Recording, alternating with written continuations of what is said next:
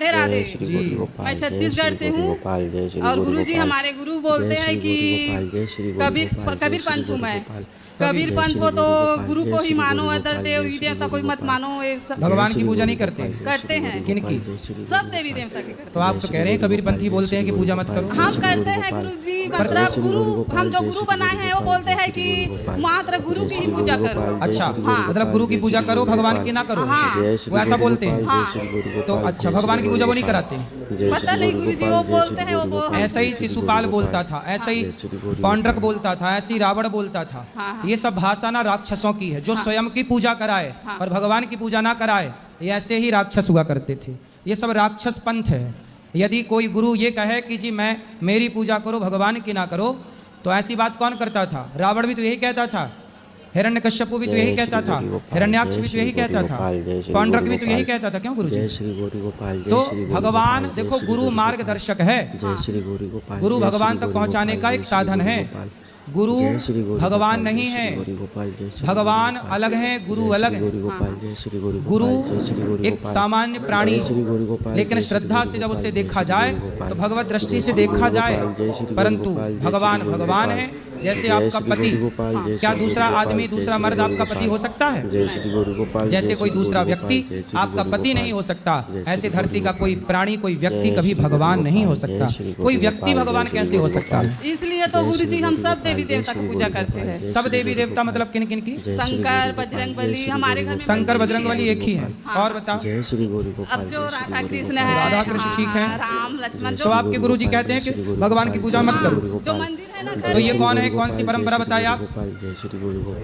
कबीर पंथ। कबीर पंथ। तो कबीर पंथ के लोग भगवान की पूजा नहीं करते, जबकि कबीरदास जी खुद कह रहे हैं कि कबीरा सब जग निर्धना, धनवंता नहीं कोई, धनवंता सोई जानिए जिख राम नाम धन होए। रामानंदाचार्य जी के शिष्य हैं कबीरदास जी, और कबीरदास जी स्वयं भगवान राम के बहुत बड़े भक्त हैं। सोचिए कि जो कबीरदास जी भगवान के भक्त हैं, आज उनके अनुयायी भगवान की पूजा नहीं कर रहे। देखो, मनमाना आचरण जिसका जो मनाया वही भगवान बने बैठा है। ऐसे ही है, जिसका जो मनाया वो आजकल ना भक्त किसी को नहीं बनना, सबको भगवान बनना। धन्यवाद गुरु जी मार्गदर्शन देने के लिए। राधे राधे। क्या समझ में आया आपको?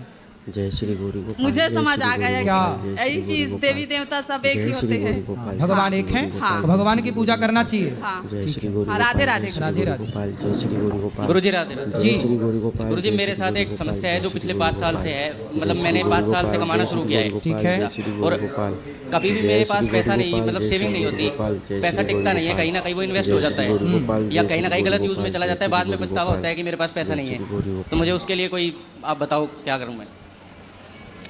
देखो, पैसा कैसे टिकेगा, इसके लिए कुछ कार्य करना पड़ता है। खर्चे कम करो। विवाह हो गया आपका? नहीं। कितना कमाते हो महीने का? 25-30 हज़ार रुपये महीना। फिर क्या करते हो उस 30,000 का? कुछ बाइक जैसे बड़ी बाइक ले ली, बुलेट ले ली, जैसे उसकी EMI वगैरह भर दी। बुलेट ले ली? तो बुलेट क्यों ले ली? ताकि दोस्तों को दिखा सके। ले ली, अच्छी लगी ले ली। अच्छी तो बहुत चीजें हैं, सब ले लोगे। बेटा, आप जैसे युवा ना यही गलती करते हैं। आप जैसे युवा पैसे तो कमाते हैं, लेकिन पैसे कमा के दिखावे में खर्च करते हैं। बुलेट ले ली, गाड़ी ले ली, ताकि दोस्तों को दिखा सके कि देखो कॉलर खड़ी करके चल। देखो जी, पैसे का मतलब बुलेट खरीदना नहीं है। कमाते हो तो बुलेट खरीद के ना दिखाओ, गाड़ियां खरीद के ना दिखाओ। थोड़ा थोड़ा पैसा जोड़ो और अपने लिए एक छोटा मोटा प्लॉट खरीद लो, घर खरीद लो, दुकान खरीद लो, ताकि आप सदा के लिए उससे काम कर सके।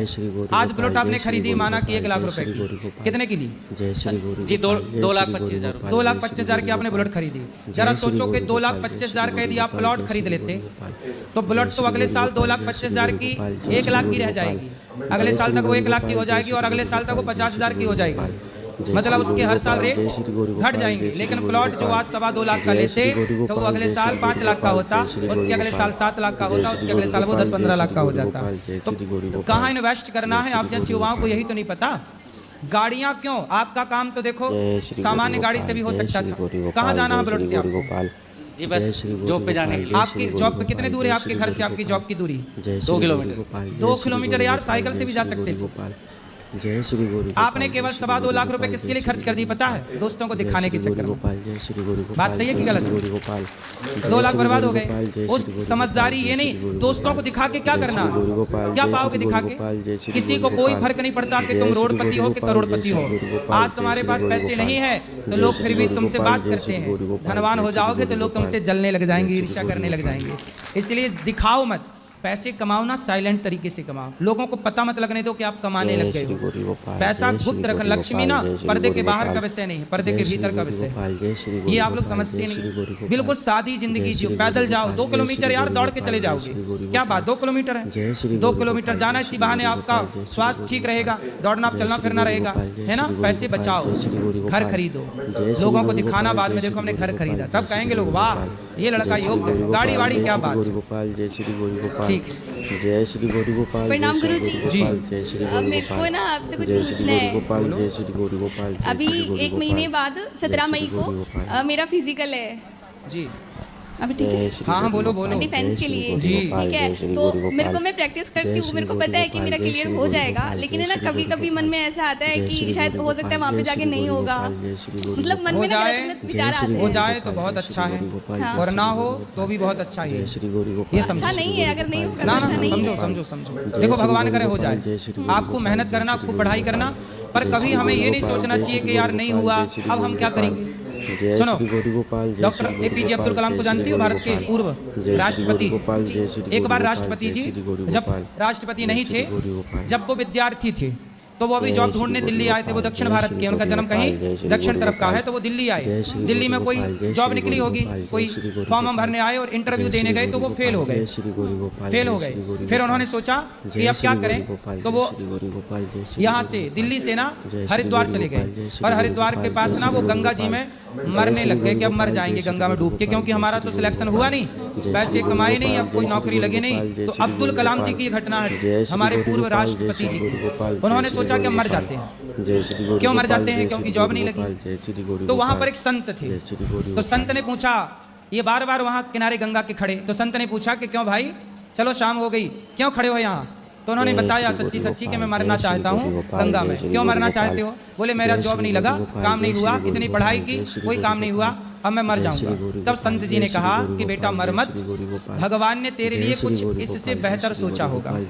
जो तुम अपने लिए सोच रहे हो, शायद भगवान ने आपके लिए इससे बेहतर सोचा होगा, इसलिए नौकरी नहीं लगी। क्योंकि नौकरी लग जाती तो आप वही नौकरी करते, नहीं लगी तो आप इससे बेहतर, शायद ईश्वर की प्लानिंग है आपके लिए। आश्रम ले आए, रात को वहीं रोका, सवेरे संत जी ने पैसा दिया कि जाओ किराया लो और अपने घर जाओ। तब वो अब्दुल कलाम जी अपने घर गए, फिर उन्होंने पढ़ाई की और उन्होंने साइंटिस्ट बन करके दिखाया। बाद में वही बच्चा जो आत्महत्या करने चला था, भारत के सफल राष्ट्रपति बने डॉक्टर APJ अब्दुल कलाम। इसलिए कभी भी नेगेटिव थॉट आने मत दो। हम पास हो जाएं, हम क्लियर कर लें, हम नौकरी पा लें, सब सही है, पर ना पाओ तो परेशान होने का नहीं, क्योंकि एक दरवाजा बंद है तो कई दरवाजे हमारे लिए खुले हैं।